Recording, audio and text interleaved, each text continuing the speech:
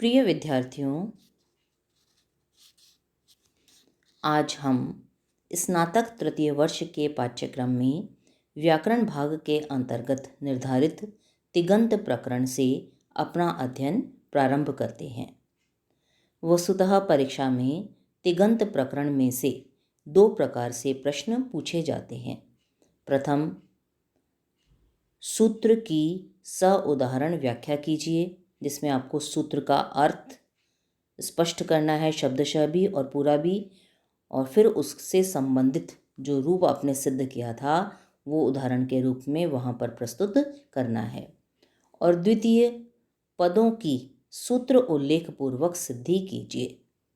आपको पद दिया जाएगा, उसकी सिद्धि करनी है आपको, उसमें जो जो सूत्र आए हैं वो सारे सूत्र उसके सामने लिखने पड़ेंगे। इन दोनों ही प्रकारों से हम अपना अध्ययन करेंगे। आज हम सूत्र की व्याख्या, कतिपय सूत्रों की व्याख्या से अपना अध्ययन प्रारंभ करते हैं।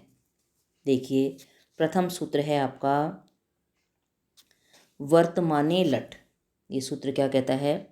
वर्तमान काल की विवक्षा में धातु से परे लट लकार होता है। वर्तमाने, वर्तमान काल में, लट लकार होता है। तो किससे होता है? धातु से परे होता है। वर्तमान काल की विवक्षा में यदि वर्तमान काल अर्थ अभिप्रेत हो तो धातु से परे आप लट लकार लाइए। द्वितीय सूत्र है आपका तिप तस जी सिप थस थ मिप वस मस ताताम झ थास आथाम ध्वम इठ वहिड़ महिड़। ये सूत्र क्या कहता है?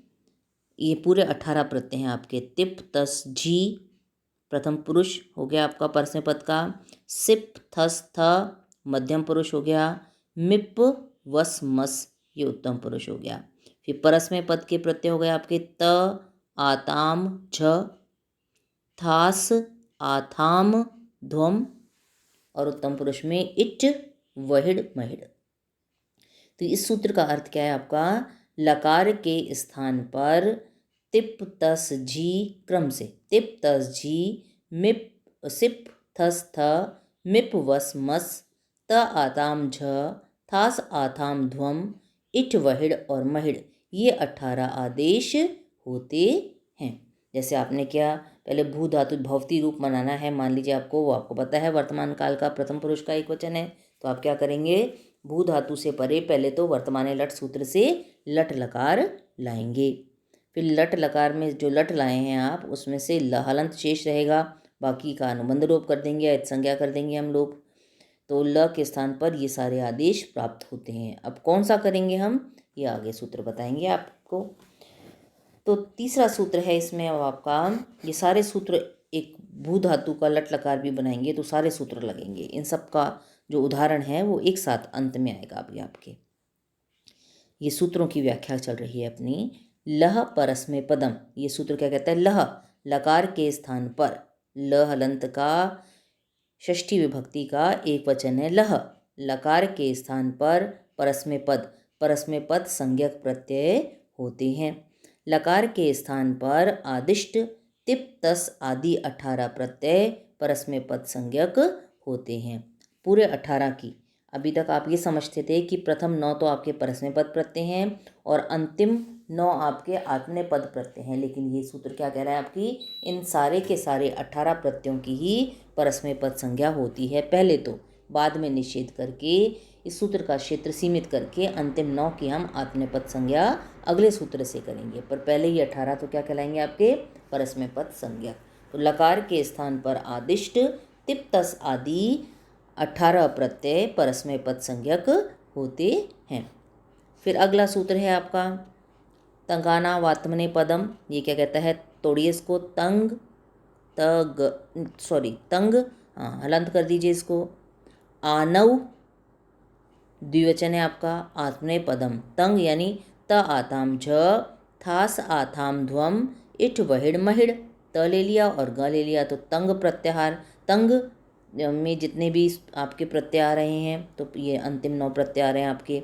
शानच प्रत्यय और कानच प्रत्यय की आत्मनेय पद संज्ञा होती है, यानी ये अंतिम 9 प्रत्यय शानच और कानच जो ये 11 हो गए आपके, ये क्या कहलाते हैं? आत्मनेपद संज्ञक होते हैं।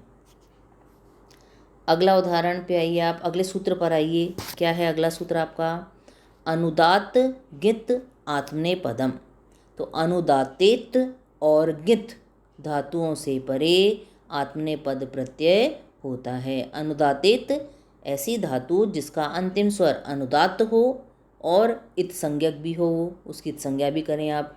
जिसका अनुदात स्वर इत संज्ञक हो, ऐसी धातु से परे। और गितः ऐसी धातु जो गित हो, यानी जहाँ गकार की आपने इत संज्ञा की हो, ऐसी धातुओं से परे आत्मनेपद प्रत्यय होते हैं। तो अर्थ क्या हुआ? अनुदातित और गित धातुओं से परे आत्मनेपद प्रत्यय होते हैं।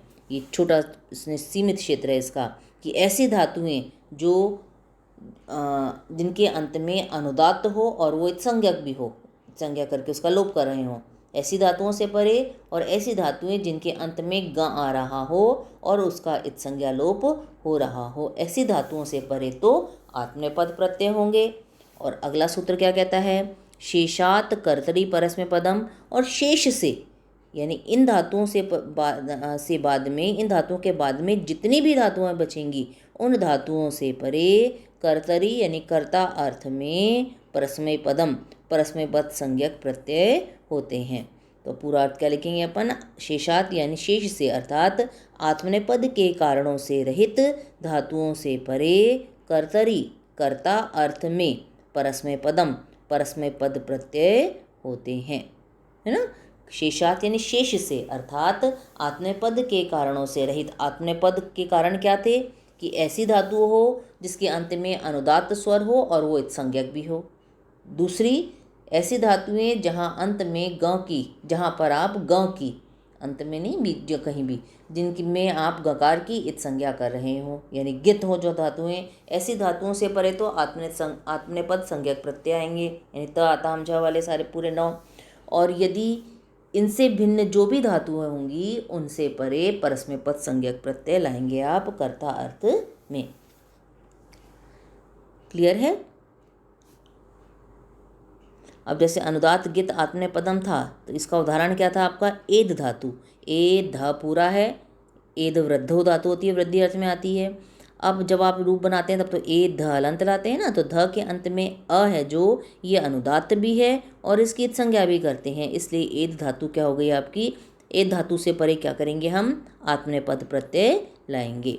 और शेषात कर्तरी परस्मैपदम, आत्मनेपद के कारणों से रहित जितनी भी धातुएं हैं उन सब से परे आप क्या करेंगे? कर्ता अर्थ में परस्मैपद संज्ञक प्रत्यय लाएंगे। जैसे भू धातु है आपकी, अध धातु है, बहुत सारी आ रही है आपकी। फिर अगला सूत्र है आपका तिंग-शित सार्वधातुकम। ये सूत्र क्या कहता है? तिंग, तिंग प्रत्ययों, यानी तिंग में कहाँ आपके आ गए? तिप से लेकर महिड़ तक पूरे 18 प्रत्यय। इन 18 प्रत्ययों की और शित, जहाँ शकार की संज्ञा कर रहे हों आप, ऐसे प्रत्ययों की सार्वधातुक संज्ञा होती है। तिंग और शित प्रत्ययों की सार्वधातुक संज्ञा होती है। फिर अगला सूत्र कह रहा है आपका कर्तरी शप। कर्तरी यानी कर्तृवाचक, सप्तमी का एक वचन है, कर्तृवाचक सार्वधातुक प्रत्यय यदि सामने विद्यमान है तो धातु से परे आप क्या करेंगे? शप का आगम करेंगे, शप प्रत्यय होता है। कर्तृवाचक सार्वधातुक परे होने पर धातु से परे शप प्रत्यय होता है। इसका उदाहरण हम इन सारे सूत्रों का, ये आत्मनेपद की धातुएं बीच में छोड़ देंगे, आत्मनेपद जो वाले जो सूत्र आ रहे हैं, बाकी इनका एक उदाहरण सिद्ध कर सकते हैं आप, जो आएगा आगे भवती। उसमें ये सारे सूत्र लगेंगे, बीच वाले 2-3 को छोड़कर। फिर अगला सूत्र आ रहा है आपका सार्वधातुकार धातुकयोः। ये सूत्र तो आप सेकेंड ईयर में भी पढ़ चुके हैं। ये सूत्र क्या कहता है आपका? सार्वधातुक आर्धातुकयोः, सार्वधातुक और आर्धधातुक प्रत्यय परे होने पर, यदि धातु से परे सामने कोई सार्वधातुक प्रत्यय कौन से थे आपके? तिप तस जी आदि सारे थे। और आर्धातुक प्रत्यय जो इनसे भिन्न थे, वो यदि कोई भी प्रत्यय विद्यमान है तो आप क्या करेंगे? इगंत अंग, अर्थात ऐसी धातु, ऐसा अंग जिसके अंत में ई उ री री में से कोई एक स्वर आ रहा है, तो आप उसके स्थान पर यानी ई ऊ री ली के स्थान पर गुण आदेश कर देंगे। सार्वधातुक और अथवा आर्धातुक प्रत्यय परे होने पर इगंत अंग के स्थान पर गुण आदेश होता है। क्लियर है ये?